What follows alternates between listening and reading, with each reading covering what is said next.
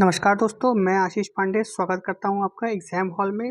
और आज हम करेंगे 31 जुलाई के द हिंदू न्यूज़पेपर का कंप्लीट एनालिसिस। तो शुरुआत हम करेंगे ऐसी खबर पे से जो आपको ये बता देगी कि भैया चाहे यूपीएससी हो या क्रिप्टो करेंसी हो, हर जगह कंपटीशन बहुत ज़्यादा है। और इसी कंपटीशन में जो हमारे सैम ऑल्टमैन भैया हैं, उन्होंने बायोमेट्रिक प्रोजेक्ट एक लॉन्च किया है।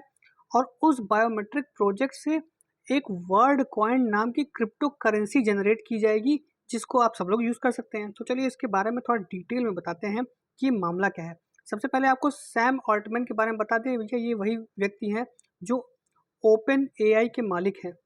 और ओपन एआई क्या है दोस्तों? ये चैट जीटीपी, यही वही कंपनी है जिसने चैट जीटीपी बनाई है। चैट जीटीपी जिसने बनाई है दोस्तों। और चैट जीटीपी क्या है दोस्तों? एक चैटबॉट है जिसमें आप कुछ भी लिखेंगे तो वो कुछ भी जवाब देगा। तो आप सबको इसके बारे में मालूम होगा, लेकिन अब हम डिटेल में ये बताते हैं कि ये बायोमेट्रिक प्रोजेक्ट सैम ऑल्टमैन का है क्या। देखिए दोस्तों, दिसंबर 2022 में सैम ऑल्टमैन ने चैट जीटीपी को लॉन्च किया था। अब जुलाई 24 को जो ओपन एआई के सीईओ हैं सैम ऑल्टमैन, उन्होंने वर्ल्ड कॉइन को फॉर्मली इंट्रोड्यूस कर दिया। अब वर्ल्ड कॉइन जो वेंचर है वो एक सिंपल मॉडल पे रन करता है कि आप अपनी आईज को स्कैन करेंगे और आपको एक वर्ड आईडी मिलेगी। और उस वर्ड आईडी मिलने के बाद आपकी ह्यूमन यूनिकनेस को वैलिडेट किया जाएगा और उसके बाद आपको कुछ क्रिप्टो करेंसीज मिलेंगी जिसमें आप फाइनेंशियल ट्रांजैक्शंस कर सकते हैं। पूरा डिटेल में आपको मैं बताऊंगा। अब देखिए, वर्ल्ड कॉइन जो है दोस्तों, ये वर्ल्ड लार्जेस्ट आइडेंटिटी और फाइनेंशियल पब्लिक नेटवर्क है, ऐसा ओपन एआई ने क्लेम किया है। वर्ल्ड कॉइन एग्जैक्टली क्या है दोस्तों? वर्ल्ड कॉइन एक इनिशिएटिव है जिससे कि डिजिटल नेटवर्क बनाया जाएगा और उसमें हर किसी का किसी न किसी तरह का स्टेक जरूर होगा और वो इस डिजिटल इकोनॉमी को ज्वाइन कर सकता है। हर व्यक्ति, चाहे वो ओआरबी ऑपरेटर हो, चाहे वर्ल्ड कॉइन का वो धारक हो, चाहे जो भी हो, वो किसी न किसी तरह से वो इस फिनेंशियल सिस्टम में पार्टिसिपेट ज़रूर करेगा। अब देखिए दोस्तों, ये काम कैसे करता है। इसमें देखिए एक दोस्तों डिवाइस होता है, उसका नाम है ओआरबी, ओर्ब। और इसका ये जो वर्ल्ड कॉइन वॉलंटियर होंगे वो ओर्ब ऑपरेटर उनको कहा जाएगा। मतलब ये ओर्ब जो डिवाइस है, ये कुछ वॉलंटियर्स के पास होगा जिन्हें हम ओर्ब ऑपरेटर कहेंगे। और वो जो वर्ल्ड कॉइन धारक होगा, मतलब जिसको वर्ल्ड कॉइन में इंटरेस्ट होगा, उस पर्सन का आयरिस पैटर्न, जो आंख के आयरिस का पैटर्न है, उसको कलेक्ट करेगा। वो बायोमेट्रिक डाटा कलेक्ट करेगा और उस बायोमेट्रिक डाटा के कलेक्ट करने के बाद उस व्यक्ति को एक वर्ड आईडी मिलेगी। जैसे हम लोग की आधार कार्ड एक इंडियन आईडी हम उसको मानते हैं, पासपोर्ट को हम इंडियन आईडी मानते हैं, लेकिन अब उस बायोमेट्रिक को स्कैन करने के बाद उसको एक वर्ड आईडी मिलेगी। ये बताया जाएगा कि भैया वर्ड में एक इस नाम का फला फला इंसान रहता है।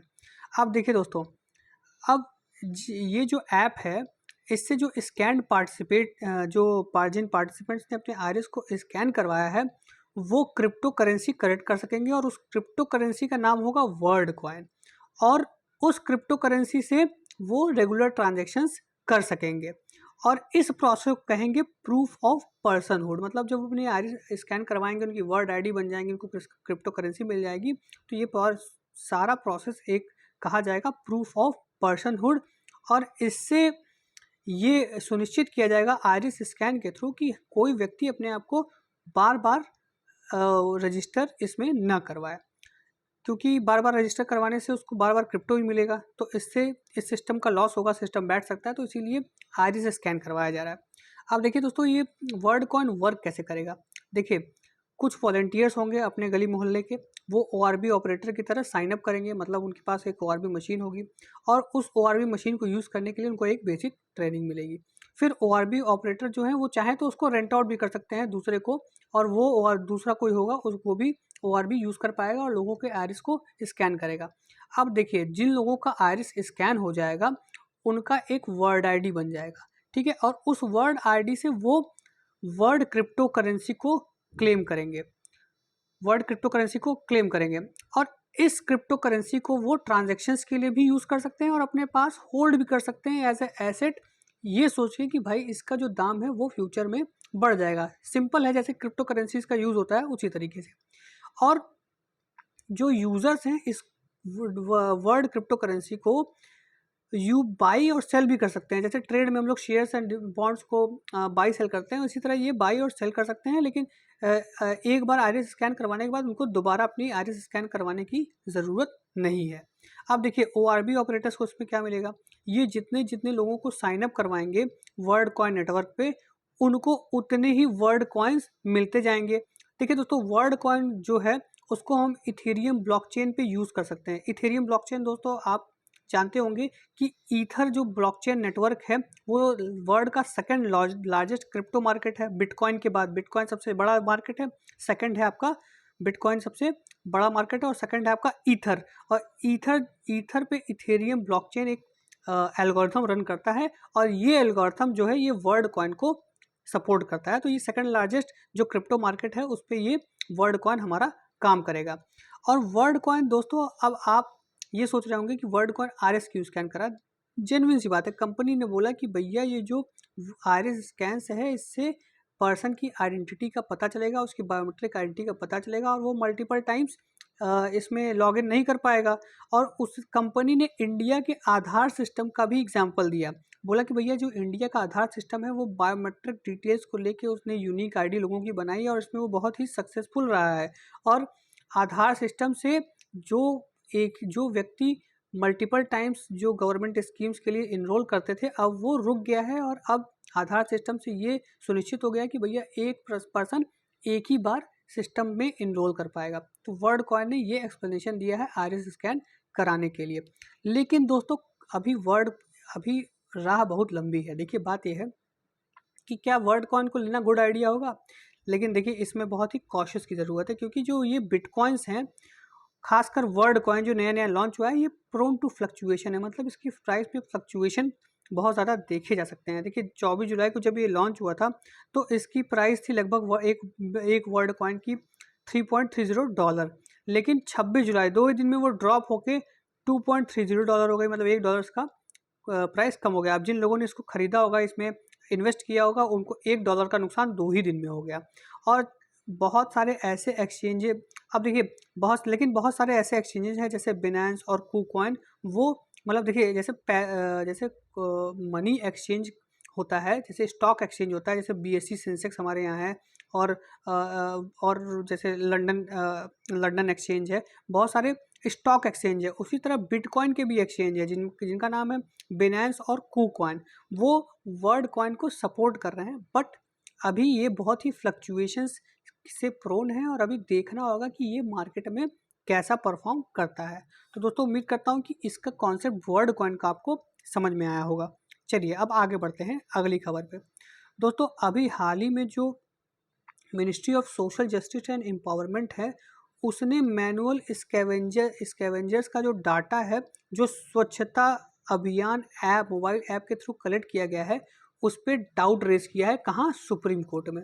सुप्रीम कोर्ट में मिनिस्ट्री ने कहा है कि भैया ये जो डेटा दे रहा है मैनुअल स्कैवेंजिंग के बारे में जो डेटा कलेक्ट हुआ है स्वच्छ अभियान मोबाइल ऐप से, उस पर मुझे हम लोगों को बहुत डाउट है। क्या है पूरा मामला बताते हैं दोस्तों अभी हाल ही में सुप्रीम कोर्ट में ministry of social justice and empowerment ने स्वच्छता अभियान मोबाइल ऐप में के द्वारा 6,253 केसेस जो मैनुअल स्कैवेंजिंग के रिपोर्ट किए गए हैं उस पर डाउट जताया है। मिनिस्ट्री इस नंबर पे श्योर नहीं है। क्यों श्योर नहीं है? देखिए पहले पूरा आपको बताते हैं स्वच्छता अभियान मोबाइल ऐप है क्या। स्वच्छता अभियान मोबाइल ऐप को 24 दिसंबर 2020 में लॉन्च किया गया था। क्यों लॉन्च किया गया था?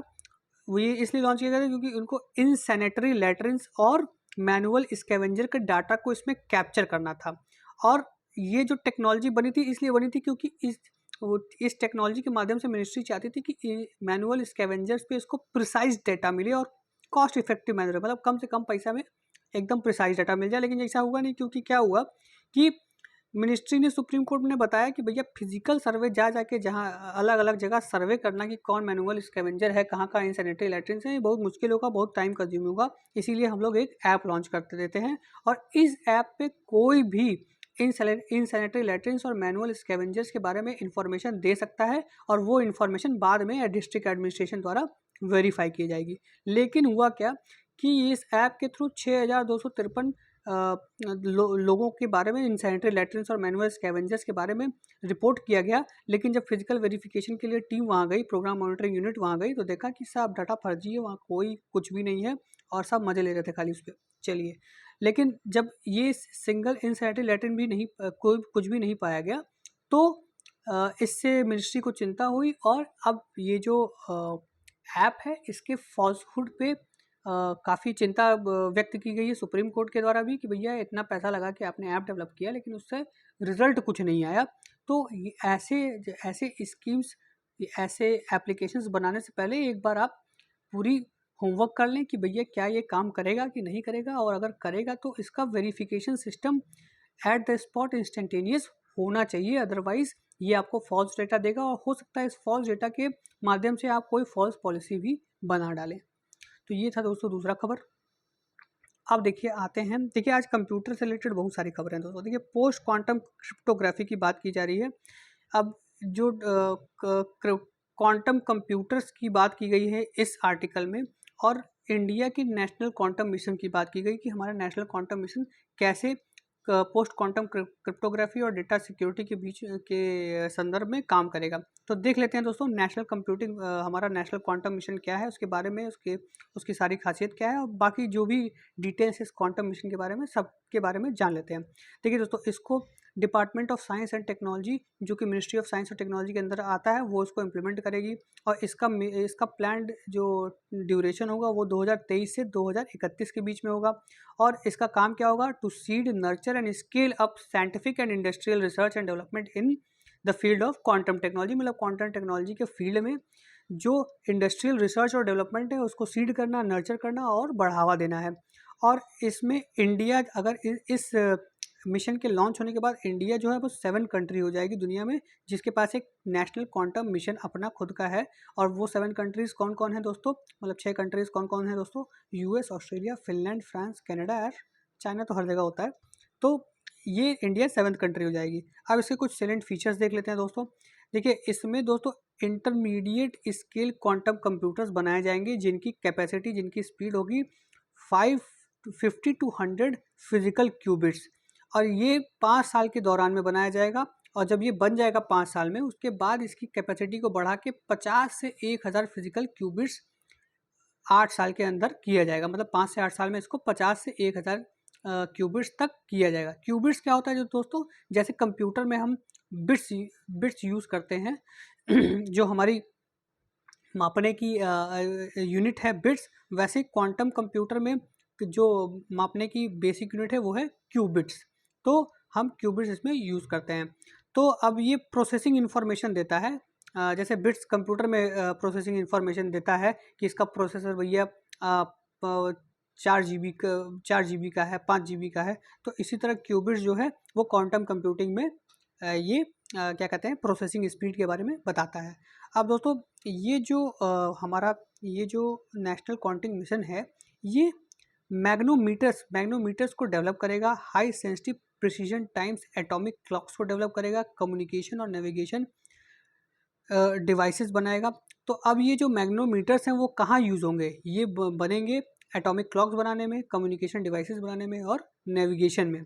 और ये दोस्तों डिज़ाइन और क्वांटम मटेरियल्स के डिज़ाइन और सिंथेसिस को भी सपोर्ट करेगा। वो क्वांटम मटेरियल्स जो super computer conductors, novel semiconductors, structures और टोपोग्राफिकल मटेरियल्स को बनाएंगे क्वांटम डिवाइस के फैब्रिकेशन के लिए। तो ये दोस्तों कुछ बातें हैं। इसमें 4 थीमेटिक हब होंगे। कौन कौन से थीमेटिक हब होंगे दोस्तों, क्वांटम कंप्यूटेशन के, क्वांटम कम्युनिकेशन के, क्वांटम सेंसिंग और मेट्रोलॉजी के, और क्वांटम मटेरियल्स और डिवाइसेस के। इसका सिग्निफिकेंस क्या होगा दोस्तों ये क्वांटम टेक्नोलॉजी लेड ग्रोथ को बूस्ट करेगा। और हम लीडिंग नेशंस, जो दुनिया में बड़े बड़े नेशंस, जो 6 नेशंस अभी मैंने आपको बताया, उनके क्लब को हम शामिल हो जाएंगे with respect to the development of quantum technology and application. और इसको हम रेंज ऑफ सेक्टर्स में यूज़ कर सकते हैं, जैसे कि health care, diagnostic, defence, energy, data security.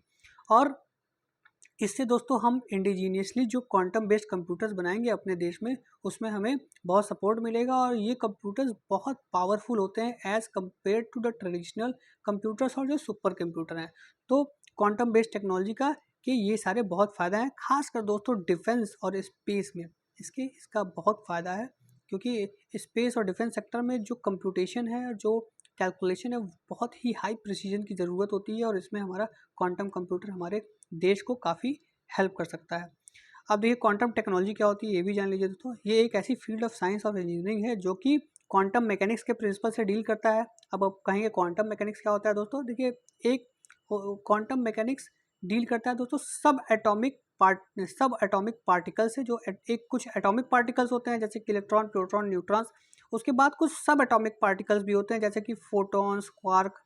इस तरह की जो पार्टिकल्स हैं उनकी स्टडी से और उनके एप्लीकेशन को हम क्वांटम मैकेनिक्स कहते हैं। और वो क्वांटम मैकेनिक्स दोस्तों जो कि ट्रेडिशनल टेक्नोलॉजी जो है क्या कहते हैं टेक्नोलॉजी के क्षेत्र में उनसे अलग है, और इस पर अभी भी रिसर्च चल रहा है। अभी भी ये फुल स्केल टेक्नोलॉजी के रूप में ये नहीं आया है, अभी ये डेवलपिंग स्टेज में है।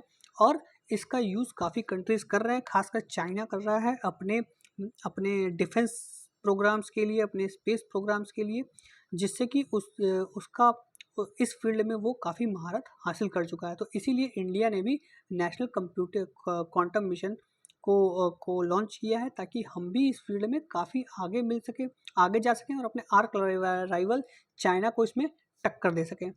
तो दोस्तों उम्मीद करता हूँ ये क्वांटम मैकेनिक्स के बारे में और quantum technology national quantum mission के बारे में आपको समझ में आया होगा। इसके कुछ एडवांटेजेस देख लेते हैं दोस्तों।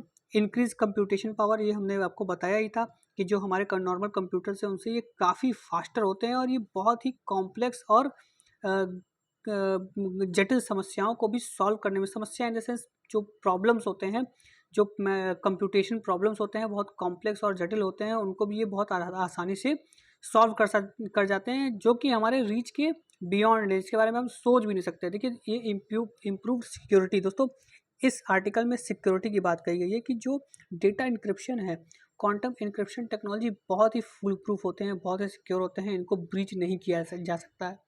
कम्युनिकेशन दोस्तों बहुत फास्टर होती है क्वांटम टेक्नोलॉजी में, और ये इंफॉर्मेशन और को बहुत तेज़ी से और बहुत सिक्योरली ट्रांसफ़र कर सकते हैं, और इनके प्रिसीजन भी बहुत हाई होता है।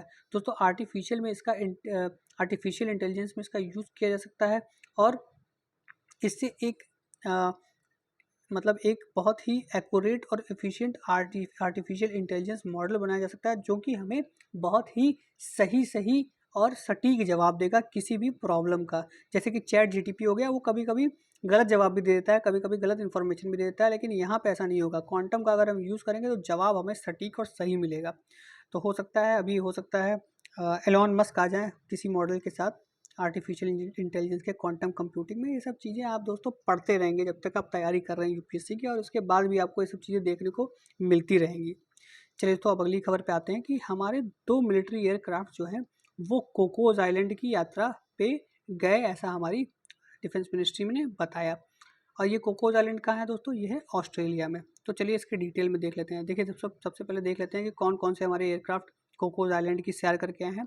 पहला हमारा एयरक्राफ्ट है Indian air force IAF C-130 transport aircraft, और दूसरा है डॉनियर मैरीटाइम पेट्रोल एयरक्राफ्ट। ये दोनों जो हैं ये कोकोस आइलैंड की सैर करके आए हैं। अब तो दिखा देते हैं दोस्तों कोकोस आइलैंड है कहाँ। देखिए ये यूपीएससी पॉइंट ऑफ व्यू से बहुत इंपॉर्टेंट है दोस्तों। ये 2 आइलैंड आप हमेशा याद रखिए कहाँ है। ये कोकोस आइलैंड और एक ही क्रिसमस आइलैंड। ठीक है दोस्तों, दोनों हैं आपके सदर्न इंडियन ओशन में। ठीक है, ये इंडियन ओशन है, और ये दोनों आइलैंड आपके सदर्न इंडियन ओशन है। ये दोनों ही ऑस्ट्रेलिया के पार्ट हैं, इस पे ऑस्ट्रेलिया का अधिकार है, और ये दोनों ही बहुत ही स्ट्रैटेजिकली इम्पॉर्टेंट है, क्योंकि इंडियन ओशन का दोस्तों देख सकते हैं आप, ये जो ट्रांसपोर्ट रूट है इंडियन ओशन का, जो यहाँ से जो ये ट्रांसपोर्ट रूट है दोस्तों, देखिए यहाँ नीचे सदर्न ओशन है, तो सदर्न ओशन में बहुत सारा ट्रांसपोर्ट होता नहीं है क्योंकि बहुत ठंडा है, यहाँ बर्फ़ बहुत होती है।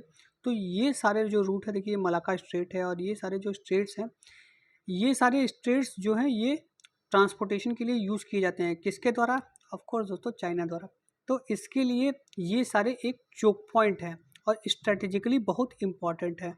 तो जब कोकोस आइलैंड पे इंडिया अपने प्लेन को लैंड करता है, तो इससे ये सब पता चलता है कि इन स्ट्रेटेजिक आइलैंड्स पे इंडिया अब ऑस्ट्रेलिया के साथ कोलैबोरेट करने वाला है, और चाइना के किसी भी दुस्साहस को इस एरिया में अब ब्लॉक किया जाएगा।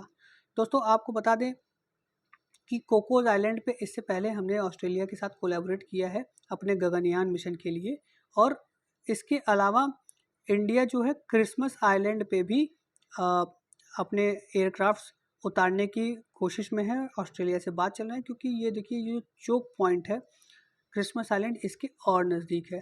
ठीक है दोस्तों, तो यहाँ पे दोस्तों एयरक्राफ्ट जो उतरे हैं वो करेंगे क्या दोस्तों, यहाँ पे देखिए जब इंडिया से एयरक्राफ्ट चलती है तो ये काफ़ी लंबा दोस्तों ऑस्ट्रेलिया तक अगर जाना होता है या इस एरिया में पेट्रोलिंग करनी होती है तो ये काफ़ी बड़ा एरिया है, तो एयरक्राफ्ट को रिफ्यूलिंग की ज़रूरत पड़ती है। तो रिफ्यूलिंग के लिए ये कोकोस आइलैंड जो है ये एक बहुत ही बेहतरीन जगह है, जहाँ अब इंडियन जो एयरक्राफ्ट्स हैं, जो ट्रांसपोर्ट एयरक्राफ्ट्स हैं और पेट्रोलिंग एयरक्राफ्ट्स हैं, वो यहाँ पे अब रिफ्यूलिंग ले सकेंगे। और क्रिसमस आइलैंड्स पे भी रिफ्यूलिंग और स्टेशन करने की बात ऑस्ट्रेलिया से चल रही है, ऐसा हमारी मिनिस्ट्री ने बताया है।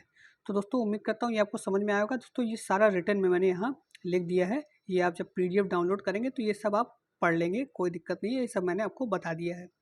अब देखिए दोस्तों PSLV जो है उसने 7 सैटेलाइट्स को ऑर्बिट में छोड़ दिया है और 4 मिशन इस साल वो और टारगेट कर रही है। तो आप देख सकते हैं जो हमारा इसरो है उसका कॉमर्शियल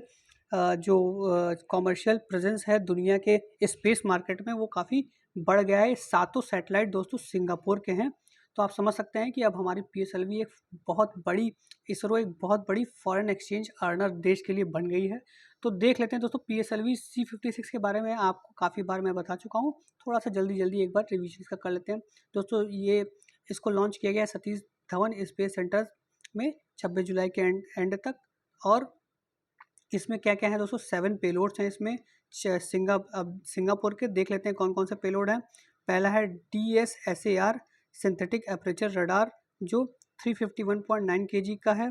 फिर आर्केड है दोस्तों, वेलोम AM है, ऑर्बिटर 12 स्ट्राइडर है, और उसके साथ साथ 3 नैनो सैटेलाइट्स हैं दोस्तों जिनका नाम है ग्लासिया, स्कूप 2, नूलियन, और ये दोनों ये सातों जो हैं ये लोअर अर्थ ऑर्बिट में प्लेस किए जाएंगे। PSLV के बारे में जान लीजिए दोस्तों, इसका नाम है पोलर सैटेलाइट लॉन्च व्हीकल, एक 3rd जनरेशन लॉन्च व्हीकल है इंडिया की, और फर्स्ट इंडियन लॉन्च व्हीकल है जो लिक्विड स्टेजेस से इक्विप्ड है। इसके 4 स्टेज होते हैं लॉन्च व्हीकल के, और एक लार्जर सॉलिड रॉकेट मोटर होता है जो पहला स्टेज इसका फॉर्म करता है, और दूसरा स्टेज इसका फॉर्म होता है अर्थ स्टोरेबल लिक्विड स्टेज से, और तीसरा स्टेज का फॉर्म होता है high performance solid rocket motor से, और 4th स्टेज का लॉन्च होता है दोस्तों लिक्विड स्टेज विथ इंजन से।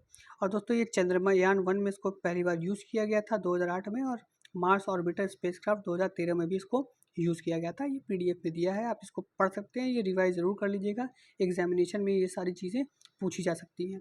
अब देखिए दोस्तों अफ्रीकन लीडर्स की बात करते हैं। वो रशिया गए थे क्योंकि भैया रशिया ने जो ब्लैक सी ग्रेन डील है उससे विड्रॉ कर लिया। अब अफ्रीका में एक तरह की फूड क्राइसिस की सिचुएशन आ गई है, तो अब वो किसके पास जाए, वो भाग के रशिया के पास गए कि भैया ऐसा है ये यार जो ये ब्लॉक किए हो इसको रोक दो भाई, हमारे यहाँ थोड़ा जो अनाज वनाज है वो आ जाए, हमारी जनता भूखी मर रही है।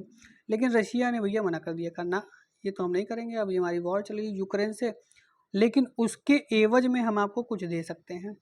तो देखिए अबाउट न्यूज़ तो मैंने बता दिया आपको, उसके एवज में पुतिन ने कहा है कि भैया हम आपको 25,000 से 50,000 टन ग्रेन फ्री में देंगे। ये जो 6 अफ्रीकन नेशन जो पुतिन के पास गए थे ये जो ब्लैक सी ग्रीन डील है उसको रिज्यूम करने के लिए, तो उन्होंने कहा कि भैया 25,000 से 50,000 टन हम आपको फ्री में दे देंगे। लेकिन दोस्तों जानते हैं ये बहुत कम है, क्योंकि जो UN वर्ल्ड फूड प्रोग्राम चल रही है इन अफ्रीकन नेशंस में, उसमें 7,25,000 टन जो राशन है वो फ्री में शिप किया जाता है। और कहाँ से शिप किया जाता है, ये जो ब्लैक सी है उससे। और ये राशन आता कहाँ से, ये ग्रेन्स आते कहाँ से हैं, यूक्रेन से। तो अब ये तो ब्लॉक हो गए और इनके एवज में सिर्फ 75,000 टन देने की बात कही जा रही है, तो ये तो बहुत नाइंसाफ़ी हुई। और दोस्तों ये जो ब्लैक सी ग्रेन से रशिया निकल गया है, इससे रशियन कंपनीज़ को भी काफ़ी फ़ायदा हो रहा है, क्योंकि ग्रेन्स के प्राइस बढ़ गए हैं, तो वहाँ की जो प्रोसेसिंग इंडस्ट्रीज़ है वो काफ़ी अपने मन मुताबिक प्राइस में अपने प्रोडक्ट्स को बेच रही हैं, इससे उनको फ़ायदा हो रहा है। तो पुतिन ने कहा है कि भैया ये कंपनीज़ को जो फ़ायदा हो रहा है उसका कुछ हिस्सा हम ये पूरा अफ्रीकन नेशंस को दे देंगे। लेकिन दोस्तों जानते हैं इससे कोई फ़र्क नहीं पड़ने वाला है, क्योंकि वहाँ गरीबी भुखमरी काफ़ी ज़्यादा है। और ये UN वर्ल्ड फूड प्रोग्राम का ये जो 7,25,000 टन का जो राशन है ये काफ़ी हेल्प करता था उनको। और अब ये जैसे 75,000 टन ऊँट के मुँह में जीरा वाली बात हो जाएगी और इससे उनको कोई लाभ नहीं मिलने वाला है। और इसीलिए शायद ये 6 देश के जो लीडर्स थे वो निराश होकर रशिया से वापस चले गए। और ये 6 देश कौन कौन से थे दोस्तों? बुर्किना फासो, जिम्बाब्वे, माली, सोमालिया, इरित्रिया और सेंट्रल अफ्रीकन रिपब्लिक। इनके मैप पे लोकेशन आप देख लीजिएगा क्योंकि इम्पॉर्टेंट वही है, वो पूछा जा सकता है, बहुत सारे एग्जाम से पूछा जाता है और अभी भी पूछा जाएगा। ये सब हिट क्वेश्चन है। चलिए दोस्तों आगे बढ़ते हैं। दोस्तों देखिए, सेल फ्री डीएनए की बात हो रही है यहाँ पे। ये साइंस एंड टेक कॉलम का है, एक आर्टिकल है, सेल फ्री डीएनए की बात कर रहा है। और ये बहुत ही ट्रांसफॉर्मेटिव टेक्नोलॉजी एक जो साइंटिस्ट लोगों ने खोजी है कि ये सेल फ्री डीएनए बहुत सारी चीज़ों के बारे में हमें, बहुत सारे जो रोग हैं, जो डिजीजेस हैं, उनके बारे में एडवांस में बताएगा। तो डिटेल में देखते हैं। सबसे पहले सेल फ्री डीएनए होता क्या है। दोस्तों हमारे सेल्स में डीएनए होते हैं, ठीक है, और इनको कवर करते हैं हमारे सेल्स, प्रोटेक्ट करते हैं इन डीएनएस को और बहुत सारे प्रोटीन जो होते हैं उनको। लेकिन कुछ कभी कभी क्या होता है दोस्तों, कुछ एनोमली की वजह से, सेल के डिग्रेडेशन की वजह से या सेल में कुछ प्रॉब्लम होती है उसकी वजह से ये जो डीएनए के स्ट्रैंड्स हैं वो बाहर निकल के घूमने लगते हैं। इन्हीं को हम कहते हैं सेल फ्री डीएनए। ठीक है दोस्तों, इन्हीं को हम सेल फ्री डीएनए करते हैं। अब देखिए, जब ये बाहर निकल गए हैं तो इससे ये तो पता चल गया कि इन सेल्स में कुछ प्रॉब्लम है, कुछ डिग्रेडेशन है। तो इसी को यूज़ करके साइंटिस्ट ये पता करने की कोशिश कर रहे हैं कि ये जो डीएनए बाहर निकले हैं ये क्या सिग्निफाई कर रहे हैं, ये कौन से रोग को सिग्निफाई कर रहे हैं पर्टिकुलर पर्सन में। तो देखिए देखिए इसके बारे में दोस्तों मैंने यहाँ लिखा हुआ है, ये आपको बस मैं समझा रहा था। देखिए इसको ये कहाँ कहाँ अभी तक यूज़ किया गया है और कौन कौन से रोगों का पता लगाया गया है। देखिए दोस्तों, चेकिंग द बेबी मतलब कि जो प्रेग्नेंट औरत है 10 हफ्ते की प्रेग्नेंट है, उसका फ्यू मिलीमीटर ब्लड लिया गया, उससे जांच की गई और उससे क्रोमोसोमल एबनॉर्मेलिटीज़ के बारे में पता किया गया, जो कि डेटा 99% एक्यूरेट था। और उसमें पाया गया कि ये ट्राइसोमी जो बच्चा है या डाउन सिंड्रोम से ग्रसित हो सकता है। तो ये डेटा 99% एक्यूरेट था। कैंसर कैच करने के लिए भी इसका यूज़ किया जा रहा है दोस्तों। ये CF DNA को पकड़ के ये देखा जा रहा है कि ये जो एबनॉर्मल सेल्स हैं जहाँ से डीएनए निकला है वो कैंसर से ग्रसित तो नहीं है। और इसमें भी काफ़ी सफलता डॉक्टर्स को मिली है उसका पता लगाने में और अर्ली स्टेज में ही उसको ट्रीट करने में। और इसके बहुत सारे एप्लीकेशन है इसके अलावा दोस्तों, जैसे अल्ज़ाइमर डिजीज़ में, न्यूरोनल ट्यूमर्स में, स्ट्रोक में, ट्रॉमेटिक ब्रेन इंजरी में, मेटाबॉलिक डिसऑर्डर जैसे कि टाइप 2 डायबिटीज़ में, non alcoholic fatty liver disease में, इस सारे में इस टेक्नोलॉजी का काफ़ी इस्तेमाल किया जा रहा है। तो दोस्तों आपको याद रखना है कि सेल फ्री डीएनए क्या है पहला, और दूसरा कि इसका यूज़ कहाँ किया जाता है, मतलब डिजीज़ेस को आइडेंटिफाई करने में और उसका समय से पहले उसके बढ़ने से पहले ही ट्रीटमेंट में इसका इस्तेमाल किया जाता है। तो ये था दोस्तों आज का द हिंदू का एनालिसिस। अगर आपको अच्छा लगा हो तो आप हमारे चैनल को लाइक करें, शेयर करें और सब्सक्राइब तो भैया ज़रूर कर दें। तो चलिए दोस्तों, जय हिंद, जय भारत।